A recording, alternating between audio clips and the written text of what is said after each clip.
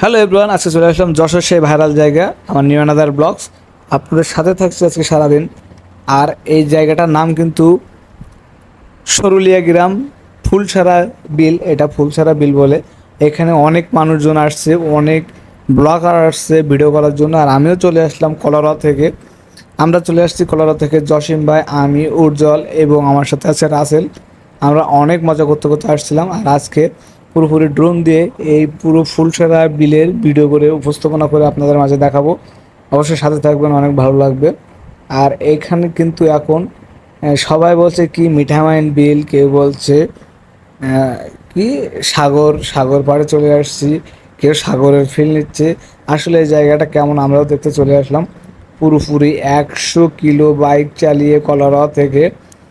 আর কেউ যদি লোকেশন জানতে চান অবশ্যই আমার সাথে যোগাযোগ করবেন, কমেন্টের মাধ্যমে হোক, মেসেঞ্জারে হোক, যেভাবে হোক আমি আপনাদের পুরোপুরি ডিটেলস জানিয়ে দেব। আর এই জায়গাটা কেমন লাগছে আপনাদের অবশ্যই কমেন্টের মাধ্যমে কিন্তু আমার জানাবেন। আর আমরা এখন বর্তমান ড্রোন নিয়ে একদম বিলের শেষ সীমানায় চলে আসছি। আর দেখেন এই রোডটা কত কিলো লম্বা। আর এই রোডটা কিন্তু পুরোপুরি পাকা হবে, পাকা হলে কত সুন্দর লাগবে। অবশ্যই পাকা হলে আপনারা যাবেন। 3 কিলো রোডের বাজেট আছে। আর এই বিলে কিন্তু অনেক লোকজন মাছ ধরে। আর এখন বর্তমান ধান লাগাচ্ছে, বিলের পানি কমে গেছে 5 দিন ধরে। কদিন আগে কিন্তু থই থই করছিল। এখানে লোকজন বলছিল যে এখানে অনেক লোকজন আসছিল ঘুরতে মোটরসাইকেল নিয়ে। এই যে রাস্তা আপনারা দাঁড়িয়ে আছেন, এখানে পুরোপুরি পানিতে ডুবেছিল, সেই সময় অনেক সুন্দর লাগছিল। আর আমরা একদম পুরোপুরি লোকেশন দেখাচ্ছি। আমরা ওই লাস্টের কানিতে কিন্তু দাঁড়িয়ে আছে 4 জন আমাদের সাথে, অনেক ছোট ভাই ব্রাদার এবং এক চাচা ছিল দাঁড়িয়ে। আসেন আমরা দেখি। এখন আমরা কিন্তু পুরোপুরি উপর থেকে যে মাঠের যে সুন্দর যে ওয়েদার এবং লোকেশন, এটা কিন্তু পুরোপুরি ক্যাপচার করছি ড্রোন দিয়ে। আস্তে আস্তে কিন্তু ড্রোনটা নিয়ে আসছি। আর অনেক সুন্দর জায়গাটা, আপনারাও যাইতে পারেন ঘুরতে। আমাদের কলা থেকে অনেক অনেক ব্লগাররা গিয়েছিল কলারা থেকে, আমিও আসছি। জানি না আমার ভিডিওটা কত সুন্দর, কি ভালো কি খারাপ। আপনারা আমার ভিডিও দেখে বলবেন যে আসলে আমার ভিডিওটা ভালো হয়েছে কিনা। আর আমরা খুব কষ্ট করি ভিডিওর জন্য, আপনাদের মাঝে তুলে ধরার জন্য। আর এই জায়গাটা অনেক লোক ভিডিও করছে এবং আমাদের একটি আপুও কিন্তু অ্যাড দিয়েছিল ভিডিওর মাধ্যমে। আমরা কিন্তু সে আপুর ভিডিওটা দেখে আমরা এখানে চলে আসছি যে আসলে এই জায়গাটা কেমন। আর ও যে দেখেন যে একটি গাড়ি চলে যাচ্ছে, তারাও আসছিল দেখা করতে এবং এই জায়গাটা কি কেমন, এই জায়গাটা ঘুরে দেখতে।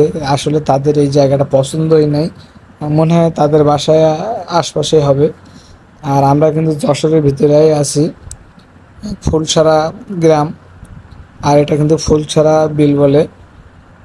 আর আমরা এই যে আমাদের কাছে চলে আসছে ড্রোন, আমরা আছি।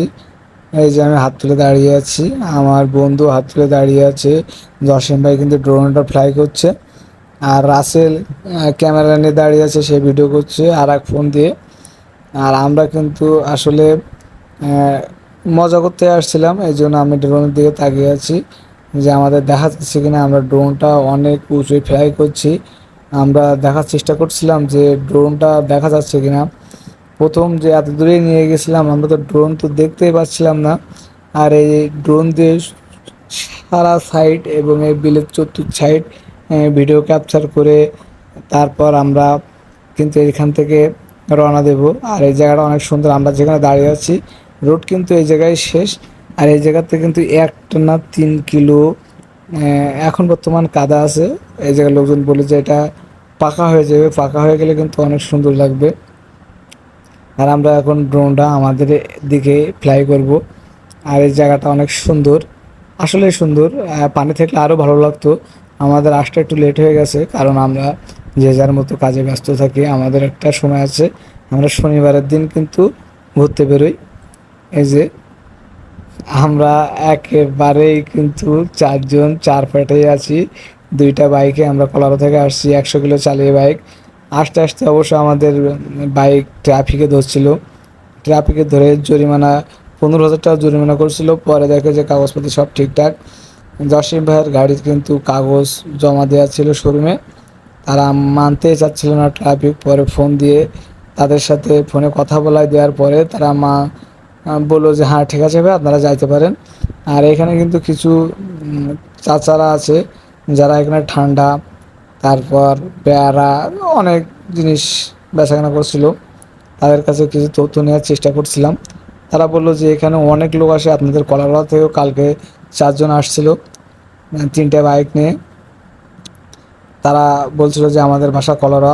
আমরা বললাম আমাদের কলারা থেকে এত দূর আসার মতো কোনো পাবলিক নাই। আর আপনাদের এই লোকেশনটা কেমন লাগছে অবশ্যই কমেন্টের মাধ্যমে জানাবেন। আমার তো খুবই ভালো লাগছিল, অনেক সুন্দর একটি জায়গা।